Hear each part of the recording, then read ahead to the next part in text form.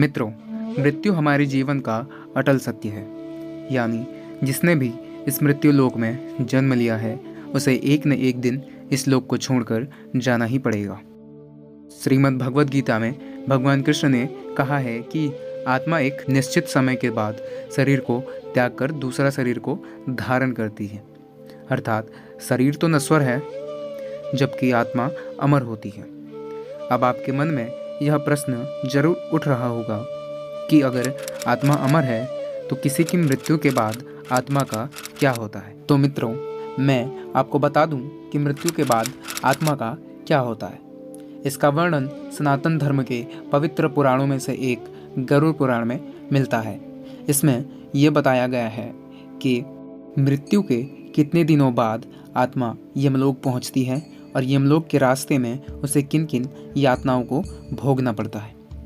मित्रों, आध्यात्मिक पंडा YouTube channel पर आपका स्वागत है। गरुड़ पुराण में वर्णित एक कथा के अनुसार एक दिन भगवान विष्णु के वाहन गरुड़ पूछते हैं कि हे नारायण, मैं यह जानना चाहता हूँ कि मृत्यु के बाद आत्मा का क्या होता है और वे आत्मा कितने दिनों में यमलोक पहुँचती है। तब श्री हरि विष्णु कहते हैं, हे गरुड़, जब किसी की मृत्यु आती है तो उसकी आवाज़ चली जाती है। जब मरने वाले व्यक्ति का अंतिम समय आता है तो कुछ समय के लिए उसे दिव्य दृष्टि मिलती है। दिव्य दृष्टि मिलने पर उसे संपूर्ण जगत एक समान दिखाई देने लगता है, परंतु वह कुछ बोल नहीं पाता है। उसकी सारी इंद्रियां नष्ट हो जाती है। उस समय यमराज के 2 दूत आते हैं और वह व्यक्ति उन्हें देखकर भयभीत हो जाता है। तब उस व्यक्ति को 100 बिच्छुओं के डंक मारने जितना दर्द होता है। उस समय व्यक्ति का हा हा शब्द बोलकर शरीर से प्राण निकल जाता है। तब यमदूत उसके गले में पास बांध देते हैं और उसे पकड़कर यमलोक ले जाते हैं। गरुड़ पुराण की माने तो मरने वाला व्यक्ति अगर पवित्र हो तो परमात्मा स्वयं उसे अपने वाहन से लेने आते हैं, लेकिन आत्मा अगर पापी हो तो उसे गर्म तापमान, गर्म बालू बिछी हुई मार्ग से लिया जाता है। तब पापी आत्मा को नर्क की यातनाएं दिखाई जाती, फिर उसे आकाश मार्ग से उसी घर में छोड़ दिया जाता है जिस घर में वह जन्म लिया होता है। आत्मा अपने मृत शरीर में पुनः घुसने का प्रयास करता है, परंतु यमदूत द्वारा पास में बंधे होने के कारण वह शरीर में प्रवेश नहीं कर पाता। आत्मा अपने अंतिम समय में रस्मों को होते हुए स्वयं अपनी आँखों से देखता है। यानी कि आत्मा 12 दिनों तक अपने घर में ही रहता है। 13वें दिन आत्मा का जब पिंडदान पूर्ण हो जाता है तब यमदूत आकर उसे यमलोक ले जाते हैं। इसीलिए सनातन धर्म में यह माना जाता है कि मनुष्य की मृत्यु के बाद 13 दिन तक पिंडदान किया जाता है। पिंडदान से आत्मा को शरीर मिलता है जिससे वह यमलोक की यात्रा कर सके। इसके बाद शुरू होता है वैतरणी नदी को पार करने की यात्रा।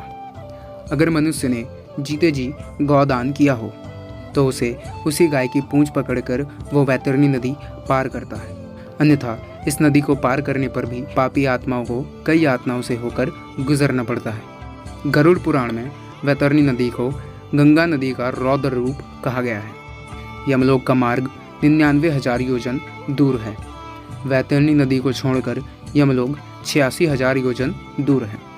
इस वैतरणी नदी में बड़े भयंकर वज्र जैसी चोंच वाले जलचर रहते हैं। इससे गुजरते समय जीवात्मा को कई यातनाओं सहनी पड़ती है। इन सभी यातनाओं को भोगते हुए आत्मा 34 दिन का समय लगाता है। इस प्रकार 47 दिनों में दिन रात चलकर पापी आत्मा यमलोक पहुंचता है। इसके बाद पापी आत्मा को उसके कर्म के अनुसार यातनाएं भोगने के लिए नर्क में भेज दिया जाता है। कुछ इस प्रकार से गरुड़ पुराण में वर्णित है कि मृत्यु के बाद आत्मा 47 दिनों में यमलोक पहुंचती है। इसके बाद आत्मा को सज़ा कैसे सुनाई जाती है और क्या क्या होता है, इसके बारे में हम आगे वीडियोस में जानेंगे। मित्रों, अगर आप मृत्यु के बाद ऐसी कष्टों को नहीं भोगना चाहते हो तो अपने जीवन में अच्छे कर्म करें। याद रखें, जिनके लिए आप अपने जीवन काल में बुरे कर्म करोगे, मरने के बाद कष्टों को भोगने के लिए आपके साथ कोई नहीं होगा। गरुड़ पुराण का आज का ये सफ़र यहीं समाप्त होता है। गरुड़ पुराण में जन्म मृत्यु के बारे में और भी बहुत सी बातें बताई गई है जिसे हम आपको आगे बताते रहेंगे।